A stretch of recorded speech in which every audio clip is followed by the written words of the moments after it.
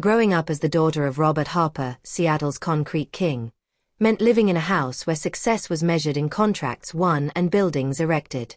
But somehow, no matter how high I climbed, I was never quite able to reach the bar my father had set. The day I discovered just how little I mattered in his eyes wasn't when he missed my college graduation or forgot my 30th birthday. No, it was when I stood in the grand ballroom of the Cascade Hotel staring down at a name tag that read Emma Harper, Black Sheep. That's when I realized my father had been labeling me my entire life. I just hadn't seen it in writing before. Before we dive back in, let us know where you're tuning in from. If this story resonates with you, don't forget to hit that subscribe button because tomorrow, I've got something even more special lined up just for you. Growing up as the daughter of James Harper, Seattle's concrete magnate, meant living in a house where success was measured in contracts won and skyscrapers built. But no matter how high I climbed, I could never reach the bar my father had set. The moment I realized just how little I mattered in his eyes wasn't when he missed my college graduation or forgot my 30th birthday. It was standing in the grand ballroom of the Cascade Hotel, staring down at a name tag that read, Lily Harper, Black Sheep. That's when it hit me. My father had been labeling me my entire life. I just hadn't seen it written before. My earliest memories of Harper Engineering were the smell of blueprint paper and the sound of my father's booming voice echoing through the office halls. While other kids had bedtime stories, I had structural reports. While they had family game nights, I sat through business reviews from the back of the room. "Pay attention, Lily," Dad would say.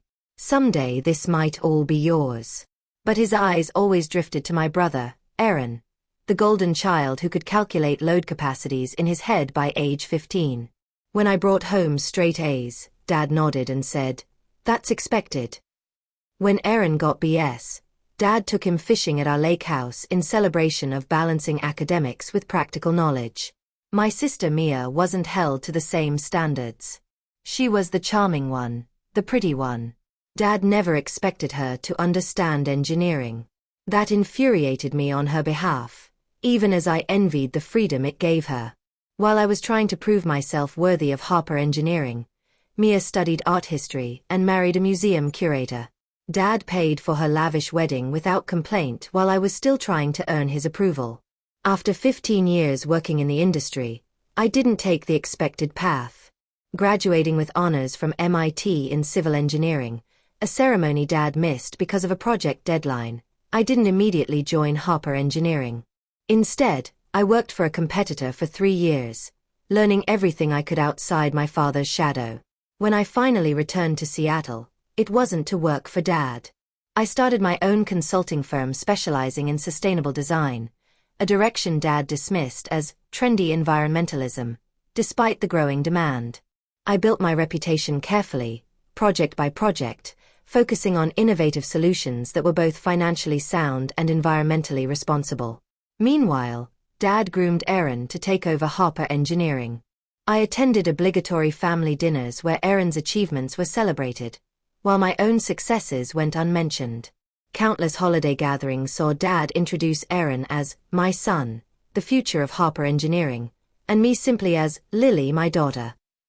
It wasn't cruelty. Dad simply didn't see me in his world. Daughters weren't meant to build empires. They were meant to marry well and produce grandchildren. At 34, unmarried and childless while running my own successful firm, I was a failure in his eyes, not a success. I told myself it didn't matter. I'd built something of my own. Sustainability Partners had grown from a one-woman operation to a team of 25 in 6 years. We were winning contracts Harper Engineering couldn't touch because they were stuck in the old ways. And then there was the investment. 5 years ago, I took the inheritance from my grandmother, the only person in my family who truly saw me, and quietly started buying shares in Harper Engineering. It began as a simple investment, but as I watched Aaron and Dad make increasingly questionable decisions, it became something more. Harper Engineering was publicly traded but family-controlled. Dad held 40% of shares, Aaron was gifted 15%, Mia had 5%, and the rest was with investors, or so Dad thought. Over 5 years, I quietly acquired shares through a holding company, unnoticed. By the time Dad announced his retirement, I owned 22%, making me the second largest shareholder. No one knew, not Dad, not Erin, not Mia. I kept it quiet, not planning to take over, but to have protection, insurance, and a seat at the table if I ever needed it. When Dad's retirement party invitation arrived, embossed in gold, I felt a flicker of hope. Maybe, after all these years, he'd finally acknowledge me. The invitation included a handwritten note. "Lily, it would mean a lot to have all my children there, Dad." I spent more on my outfit than I had all year. A tailored charcoal suit conveying authority and femininity, pearl earrings from Grandma, subtle makeup to highlight my features. The Cascade Hotel ballroom was transformed. Crystal chandeliers, tables adorned with blue and silver, Harper Engineering's colors, and a timeline of the company's achievements. I scanned the photos. Dad breaking ground on his first project, Dad and Mom at ribbon cuttings, Dad and Erin reviewing plans. And me. Not in a single photo. It hurt more than I expected. At registration, the young woman handed me a name tag. Lily Harper, Black Sheep. I blinked. I'd misread it, surely? No. Black Sheep. Not founder of Sustainability Partners. Not Richard's daughter. Just Black Sheep. Is something wrong? The woman asked. Did my father approve these name tags? She checked her tablet. Yes. Mr. Harper personally reviewed the final list yesterday. That was how Dad saw me. The family disappointment, the failure, the black sheep. In that moment, clarity replaced years of seeking approval. I straightened, pinned the name tag, and walked into the ballroom. If he wanted a black sheep, I'd show him what this sheep could do. The next 3 hours were an exercise in restraint. I smiled, made polite conversation, sat far from the family table near the podium, and applauded at the right moments.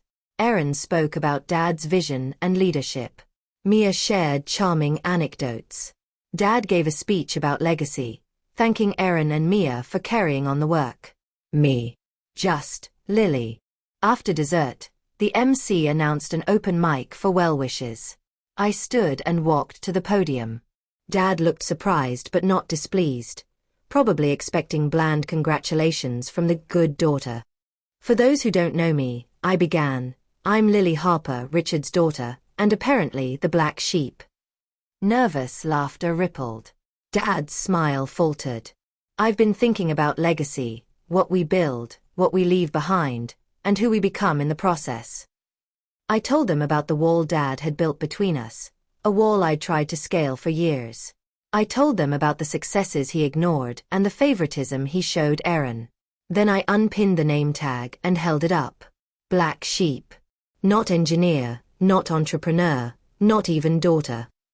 The room buzzed. Dad half rose, face darkening. I raised my hand for silence. I accepted that I'd never be the favorite child. But I never thought I'd be the family joke. Especially not at your retirement party. I told them about my quiet acquisition of 22% of the company shares. About Erin's mismanagement, questionable expansions, and misuse of company funds. Nathan shouted lies. I countered calmly with facts, financial records, emails. The room erupted. Dad moved toward me, but I wasn't finished. What you don't know, Dad, is that I've been watching, learning, and preparing for this moment for 5 years. I called for a full audit before the leadership transition. I told them I wanted recognition, accountability, and a future for Harper Engineering. I walked out into the Seattle night, free for the first time in years. My phone rang. Erin, Mia, Dad. I silenced them all. Tomorrow would bring confrontation, maybe legal battles. But tonight, the black sheep had found her voice. I had already contacted Sebastian Reyes, the top environmental engineer in the region, to help us tackle the groundwater issues at the Withdrew project before they spiraled into a regulatory nightmare. Sebastian works for you, right? At Sustainability Partners. He does. He's expensive but worth every penny. Consider this a collaboration between our companies, the kind that should have happened years ago. Dad studied me with an unreadable expression. You're not just here to expose problems. You actually have solutions. Of course, I replied, a bit offended. I'm a Harper. We don't just complain, we fix things. For the first time in memory, Dad laughed. Genuinely. Yes, you are. And apparently, we've all underestimated just how much of a Harper you really are. The following week was a whirlwind. Independent auditors descended on Harper Engineering like relentless locusts, reviewing documents, interviewing managers, and combing through financial records with precision. Meanwhile, the Oversight Committee, Patricia, James, Howard, and I, began implementing emergency measures to stabilize the troubled projects. I brought in Sebastian and his team to address environmental issues at Withdrew, negotiating a deal benefiting both companies while averting a potential disaster. The Jefferson Street high-rise required costly but essential structural modifications for safety and compliance. Harbor Point needed a complete reassessment to remain profitable under new management. Aaron was conspicuously absent from most of this, appearing only for formal meetings or document signings. His hostility toward me was palpable, speaking through gritted teeth when forced to speak. Mia surprised me, though. She offered support in resolving the museum funding scandal. She and Michael had agreed to return the misappropriated funds as a personal loan to repay over time. Dad occupied a strange middle ground, neither opposing nor fully embracing my efforts. He attended meetings, asked relevant questions, and occasionally offered insights from decades of experience, though his demeanor suggested he was still processing the seismic shifts in family and company dynamics. By Friday, the auditors confirmed what I documented: significant financial mismanagement, improper resource allocation, deferred maintenance, and operational neglect, particularly in Aaron's pet projects. We scheduled an emergency board meeting for Monday to present findings and determine next steps. That weekend, I prepared recommendations for leadership restructuring and project management reform, detailed work, but, for once, my expertise was truly valued. Not forced, but recognized. Sunday night, the doorbell rang. I wasn't expecting anyone. Through the peephole, I saw Dad, uncharacteristically casual in jeans and a sweater, not his usual tailored suit. "Dad," I said, opening the door. "Everything all right?" "Everything's fine," he said. "I was hoping we could talk. Not about tomorrow's meeting. Just talk." Intrigued, I invited him in. He declined coffee, wandering to the windows overlooking Seattle's twinkling lights. "You know, I used to bring you to construction sites when you were little," he said softly. I nodded, recalling oversized hard hats, steel frameworks, and cranes towering above me. "You asked more questions than the building inspectors," he smiled faintly. "Nathan was scared of the noise. Mia just wanted to decorate the trailers. But you wanted to understand everything." His voice turned serious. "You were so much like me that it frightened me." I blinked, unsure where this was headed. "All that intensity, that drive. I thought if I encouraged it, you'd sacrifice everything for work, like I did. My marriage. My relationships. Any balance." He turned to me. "I told myself I was protecting you by pushing you away from the company." The words stunned me. "That makes no sense," I said. "You practically shoved Nathan into the company. Why was it okay for him to sacrifice everything but not me?" Dad sighed. "Nathan needed structure and guidance. He wasn't self-motivated like you. I didn't see myself in him. I wasn't worried he'd become obsessed the way I did. So I put him in charge despite knowing he wasn't ready. And I pushed you away despite knowing you were." I shook my head. "That's misguided, arrogant, wrong." "Exactly," he agreed. "I've had a lot of time to think about my mistakes, how I failed all three of you." He looked tired. "I'm not asking for forgiveness," he said quietly. "I just want you to know it was never about not believing in you. Quite the opposite." I sat across from him, emotions swirling. His honesty was new, but decades of neglect weighed heavily. But why let Nathan mismanage the company? Why ignore the problems I saw? I saw some, he admitted. But I was stepping back, preparing for retirement. I told myself Nathan needed space to make his own decisions and mistakes. I was willfully blind because I wanted to believe I'd prepared him. He rubbed his face, frustrated. Pride, Emma, the deadliest sin in business. I was too proud to admit my plan was failing. For the first time, I saw Dad not as an invincible titan but a flawed human being capable of error. What about now? I asked.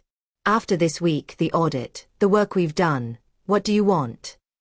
I want Harper Engineering to survive and thrive. To evolve with the times. To remain a family company, but run with professional excellence, not sentiment. He looked at me. I think you need to be part of that future. Not just as a shareholder, but in leadership. I hesitated. And Nathan? He's still your son. I don't want to push him aside like I felt pushed aside. Dad nodded, appreciating my empathy. Nathan has strengths. Client relationships, sales, bringing in business.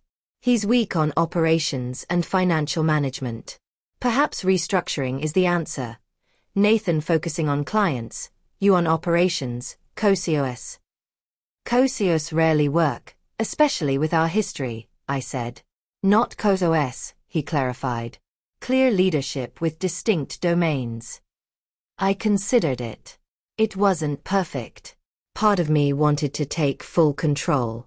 But Dad's suggestion had wisdom, balancing family legacy and company needs. I'll consider it, I said. Nathan had to be genuinely on board. I won't work with someone who undermines me. I'll talk to him before tomorrow's meeting. He may be more receptive now. We spent the next hour reviewing audit results and restructuring options, the most respectful conversation I'd ever had with Dad. Two professionals discussing business strategy, not battling for approval. Before leaving, Dad said, "You've built something impressive with sustainability partners. Whatever happens, I see you now." I nodded, emotion choking me. I'll see you tomorrow. The board meeting was tense. Nathan was late. Unusual for him. Dad didn't believe the traffic excuse. Howard summarized audit results. $8 million in overruns, unauthorized $2 million donation to the museum, deferred maintenance, and precarious cash flow. Nathan denied the findings, claiming routine business challenges. Howard and others countered with facts. Dad called the meeting to order. I presented my restructuring plan. 3 phases addressing immediate financial crises, operational reforms, and leadership restructuring. I proposed distinct leadership roles. Nathan in client relations, me in operations, Howard in finance, and Dad as chairman. Nathan bristled at being demoted, but I pointed out his strengths lay in relationship building, not operations. The board discussed, with no alternative proposals. Dad praised my leadership but criticized my public exposure of company issues at the retirement party.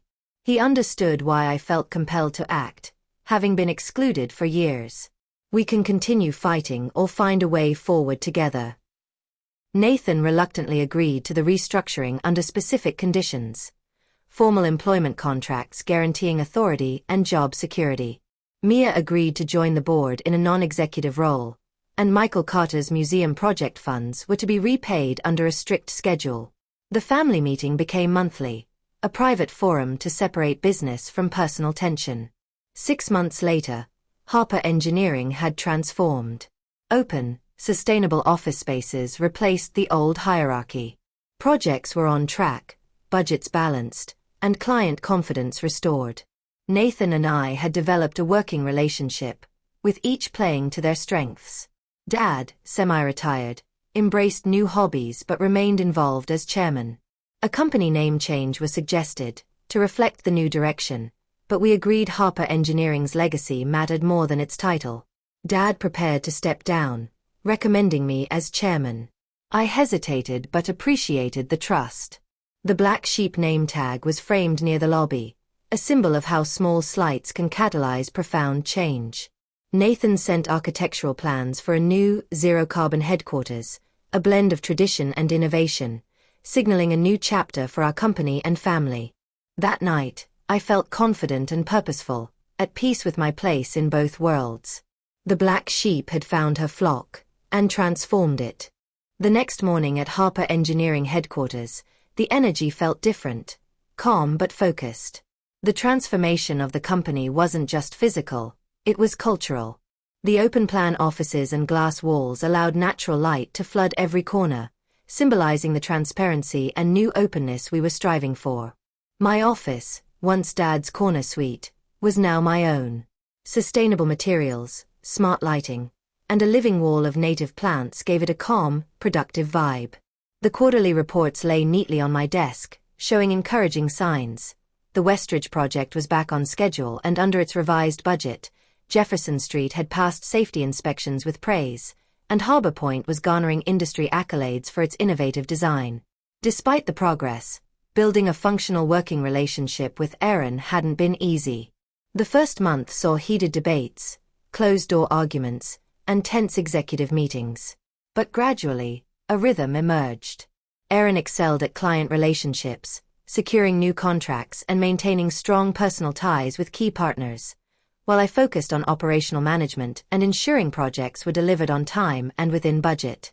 Howard, our CFO, remained the steady hand ensuring financial discipline, and Dad, as chairman, offered guidance without micromanaging. His presence had softened. He was no longer the towering patriarch but a mentor quietly rooting for the company's future.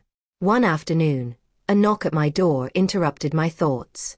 It was Mia, looking more polished and confident than ever.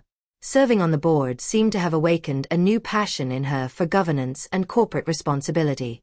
"Ready for the family meeting?" she asked. Dad and Aaron were already there, she told me.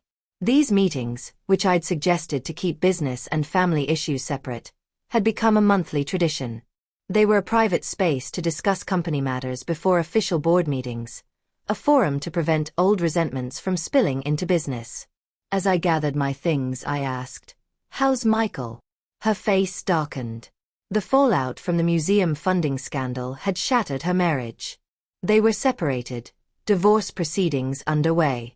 "He's agreed to the settlement terms," she said quietly. "The museum board asked for his resignation last month. He's moving back to Chicago." "I'm sorry," I said sincerely. I'd never wanted my actions to destroy her marriage. Mia's reply was firm. "It wasn't your fault. Michael made his choices, and this wasn't the first time. The museum board suspected financial irregularities but lacked evidence. In a way, you did me a favor." She smiled wryly. "Better to know who you're really married to than waste more years." We walked together to the conference room, passing the newly installed Wall of Innovation, a timeline of Harper Engineering's pioneering projects throughout its history. I had insisted the display include achievements from all eras, honoring Dad's foundation while celebrating our new direction. Inside, Aaron was reviewing plans on his tablet, and Dad stood by the window gazing out over the city. Semi-retired, Dad looked softened but still commanded respect. He'd finally begun pursuing interests beyond work, mentoring young engineers from disadvantaged backgrounds and sailing on weekends. "The gang's all here," he said, greeting us with a rare smile. "Shall we begin?" We took our seats around the circular conference table, a deliberate choice I'd made to replace the old rectangular boardroom setup, symbolizing equality and collaboration. "The quarterly numbers are encouraging," I began, distributing a summary. "We're ahead of schedule by 6 weeks, and client confidence metrics are the highest in 3 years. Aaron nodded. "Bellevue City Council approved our bid for the Transit Hub project yesterday, our biggest new contract since restructuring. They praised our sustainable design elements." He glanced at me with a hint of respect that would have been unimaginable 6 months ago. Dad reviewed the reports. "Excellent work. How are teams adjusting to the new structure?" "This has been one of the toughest challenges," I replied. Long-time employees struggled with new reporting lines and decision-making processes. Some resisted, a few left, but most have embraced change once they saw results. "The integration's going well," Aaron added. Emma's suggestion program uncovered efficiency improvements the old system missed. Mia reported on governance updates, including stricter oversight on charitable contributions, a direct response to the museum funding issue. Dad shared market insights gleaned from industry contacts, reminding us of the value his decades of experience still brought. It was a productive, forward-looking meeting. As we wrapped up, Dad surprised us with a new topic. "I've been thinking about the company name," he said thoughtfully. "Harper Engineering has served us well for 40 years, but perhaps it's time for a change, something that reflects our new direction." We stared in surprise. The company name was Dad's proudest legacy. "What do you suggest?" Erin asked cautiously. "Harper Sustainability Solutions, or Harper Next Gen Engineering," Dad proposed. "It's about acknowledging both our history and future. This isn't just my company anymore, it belongs to all of you." The gesture was profound. Dad, who had built his identity around the company's name, was willing to share that legacy. "I appreciate that," I said carefully, "but Harper Engineering has strong brand recognition and loyalty. What matters is how we evolve what the name stands for." Erin agreed. "The name's not the problem. It's how we live up to it." Dad smiled. "Well, I suppose I've been outvoted." "Not outvoted," Mia corrected. "Just reminded some traditions are worth preserving, even as others evolve." After the meeting, Dad lingered by the wall of innovation, studying a photo of himself at Harper Engineering's first groundbreaking. "When I started this company, I dreamed of passing it to my son," he said softly. "That was the vision, father to son, generation to generation." I tensed, unsure where this was going. "What I never imagined," he continued, "was that my daughter would be the one to save it." He looked at me openly. "I was wrong, not just about you but about leadership. It isn't authority or control. It's vision, adaptability, and courage to make hard choices." It was as close to an apology as I could expect. "I accept that," I said. "I was so focused on proving myself, I almost became as ruthless as I thought you were," I admitted. Dad chuckled. "You're wiser than I was at your age. It took me decades to realize success without connection is hollow." He grew serious. "Which is why I've decided to step down as chairman at the end of the quarter." "Dad, you don't have to. It's time, Emma. I've held the reins for 40 years. The company's stable now, moving in the right direction under new leadership.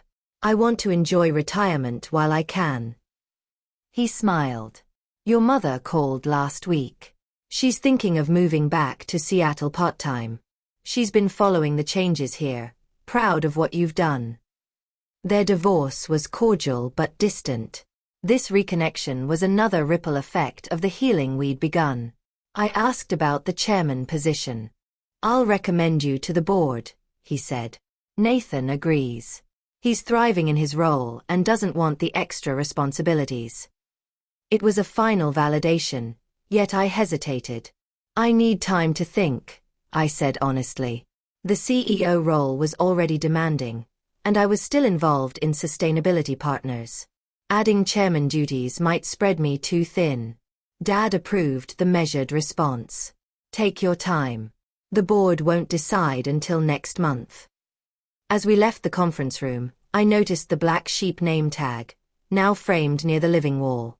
The plaque read, "Even the smallest actions can catalyze profound change." Nathan had suggested memorializing that painful moment.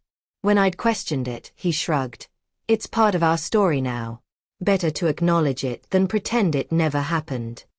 Dad paused by the display. "Sometimes I wonder," he mused, "what would have happened if you'd been labeled engineer instead of black sheep that day." "We'll never know," I said. "But I suspect we'd still be on the same path. You retiring, Nathan taking over, me watching from the sidelines." I looked around at the renovated headquarters, a tangible symbol of the changes we'd made. "Now we're building something sustainable," I said, "not just environmentally, but financially and relationally, something that can outlast all of us." Dad nodded.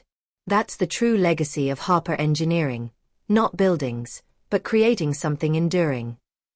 We parted ways, Dad to mentor young engineers, me to prepare for a meeting with potential investors for the new headquarters project. That night, my phone buzzed. A text from Sebastian at Sustainability Partners. City Council approved the Green Building Ordinance. Your testimony made the difference. Celebrating at Rivina, join us. I smiled and typed back. On my way. First round's on me. As I gathered my things, I caught my reflection in the window. Confident, purposeful, at peace. The black sheep had rewritten her story, not by revenge, but through vision, perseverance, and claiming the seat at the table she'd been denied for too long. The celebration at Ravina was a lively affair, a stark contrast to the years I'd spent feeling invisible within my own family. The Sustainability Partners team was radiant with pride. Their dedication and hard work had not only shaped the new Green Building Ordinance but also redefined the future of urban development across the city. Sebastian raised his glass in my direction. We wouldn't be here without you, Emma. Their genuine admiration touched me deeply, and for a moment, I felt a twinge of conflict. These people had believed in me when my own family hadn't. Did I owe them my continued, undivided focus? Sebastian seemed to read my thoughts. Pulling me aside, he asked quietly, "You've been splitting your time between both companies for 6 months now. How's it really going?" "It's challenging," I admitted, "but surprisingly complementary. The innovations we develop at Sustainability Partners can be scaled up at Harper, and Harper's resources open doors that would have taken us years to access otherwise." Sebastian nodded thoughtfully. "And the chairman offer? Heard about that yet?" I smiled wryly. "I'm still considering it. It would mean stepping back even more from day-to-day operations at Sustainability Partners." He grinned. "Whatever you decide, we support you. You built something special here, something that can run without you. That's real leadership." His words lingered with me as I drove home that night. Both companies represented different sides of my professional identity. Sustainability Partners embodied my vision and values, while Harper Engineering connected me to my heritage and family legacy.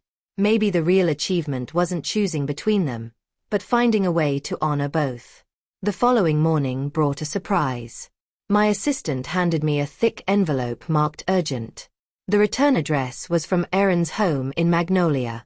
Curious, I opened it to find architectural drawings, preliminary plans for a new Harper Engineering headquarters building. The design was breathtaking, a zero-carbon, state-of-the-art structure incorporating cutting-edge sustainable technologies, yet paying homage to the company's traditional aesthetic. Marginal notes in Erin's handwriting detailed features designed to enhance functionality and visual impact. A sticky note on the cover read, "A joint legacy we can build together." As I studied the plans, appreciation grew. Erin had consulted with leading sustainable architects, incorporating principles that aligned perfectly with my vision. Yet, the design also maintained elements dear to Dad and longtime clients, a beautiful balance of innovation and tradition reflecting our new collaborative spirit. This wasn't just a building proposal, it was an olive branch, a concrete symbol of Erin's acceptance of our shared future. Coming from the brother who once labeled me the family black sheep, it was a gesture nearly as transformative as my own journey. I called him immediately. "These plans are remarkable," I said. "When did you start working on this?" "About 2 months ago," he replied, pride evident in his voice. "I've been consulting with Jensen Architects quietly. Thought it would make a perfect announcement project when Dad steps down, symbolizing our new direction while honoring our roots." "The timing's perfect," I agreed. "But it's a major investment. The board will need convincing." "That's where you come in," Erin said. "I can sell the vision, but you have to prove the numbers work. The sustainability features qualify for significant tax incentives, and efficiency gains will recoup much of the investment within 7 years."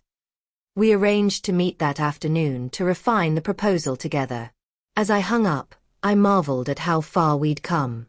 6 months ago, we were adversaries locked in a bitter family battle. Now, we were partners, combining our strengths for a shared goal. The headquarters project quickly became a company-wide focus. Design teams from Harper Engineering collaborated with experts from sustainability partners, developing innovations that would first showcase in our new building before being offered to clients.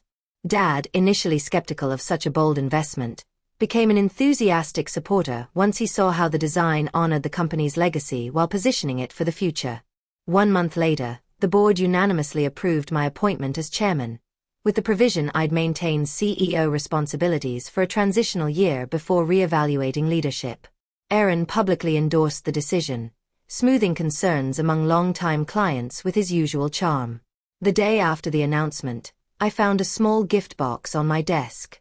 Inside was a new nameplate for my office door, Emma Harper, Chairman and CEO, etched in elegant script. Below it, a smaller engraving read, "Never just a black sheep." The gift was from Mia, who had grown into her board role with surprising dedication and insight. Her note read, "Labels only define us if we accept them. You never did, and you taught me not to accept mine either. Congratulations, sis." That afternoon, I visited the West Ridge project site, once a troubled development, now a beacon of sustainable urban design. Green spaces, energy-efficient systems, and community-centered elements were transforming the neighborhood. The site manager, a veteran of Harper Engineering initially skeptical of our changes, gave me a proud tour. "We're 3 weeks ahead of schedule and 5% under the revised budget," he reported. Pre-sales on residential units are exceeding projections by nearly 20%. Turns out people are willing to pay a premium for truly sustainable design. Watching workers install innovative facades designed for net-zero energy consumption, I felt profound fulfillment. This was the result of standing firm on my expertise, refusing to accept exclusion, and challenging a dysfunctional status quo. The journey from outsider to leader hadn't been easy or straightforward. It required confronting painful family dynamics, taking professional risks, and navigating complex emotions. But the outcome, a stronger company, a healing family, and a sustainable vision, validated every difficult step. As I prepared to return to the office for a meeting with potential investors in the new headquarters, my phone buzzed. A text from Dad, "Dinner tonight. Your mother's in town. Think it's time we all talk about that foundation idea you proposed." The Mitchell Family Foundation was a concept I'd floated weeks earlier, a way to formalize and expand our philanthropic efforts, focusing on educational opportunities for underrepresented groups in engineering and sustainable development. That Dad was embracing the idea, and inviting Mom into the conversation, marked another boundary crossed in our evolving relationship. I texted back a quick confirmation, smiling at how a simple dinner invitation now felt natural, not fraught with tension. We were learning a new way to be a family, built on mutual respect and appreciation for our differences, not conformity to a single vision. The black sheep label that had once stung so deeply now seemed quaint, a relic of an old paradigm, crumbled under its own weight. In its place stood something far more valuable: authentic recognition, based on merit, contribution, and shared purpose. Sometimes, the greatest transformations begin with the smallest catalyst: a name tag, a moment of humiliation, a decision to finally stand up and be counted. My journey had started with pain, but it had led to purpose. And in the end, that made every difficult step worthwhile.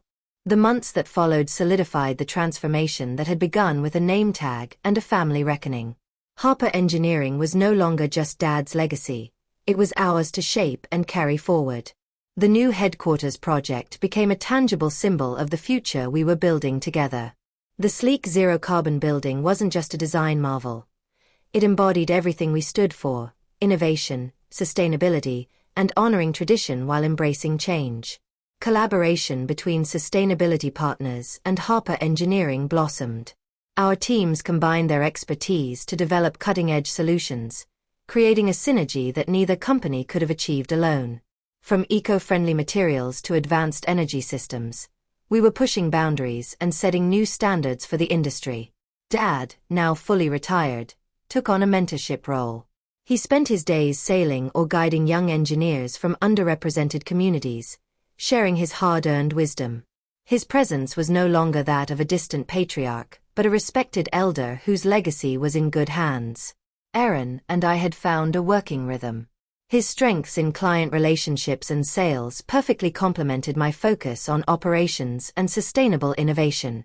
Our occasional clashes were now constructive debates, not bitter battles. The family meeting tradition we'd started kept communication open, ensuring business disagreements didn't spill into personal lives. Mia's role on the board grew steadily. Her newfound dedication to governance and ethics was a crucial part of the company's renewed integrity, especially following the museum scandal that had rocked the family. She was a reminder that every member of the family had a place, not just the favored few. Our father's idea of the Mitchell Family Foundation was taking shape too. The foundation would focus on creating educational opportunities in engineering for women, minorities, and economically disadvantaged youth, opening doors that had been shut for too long.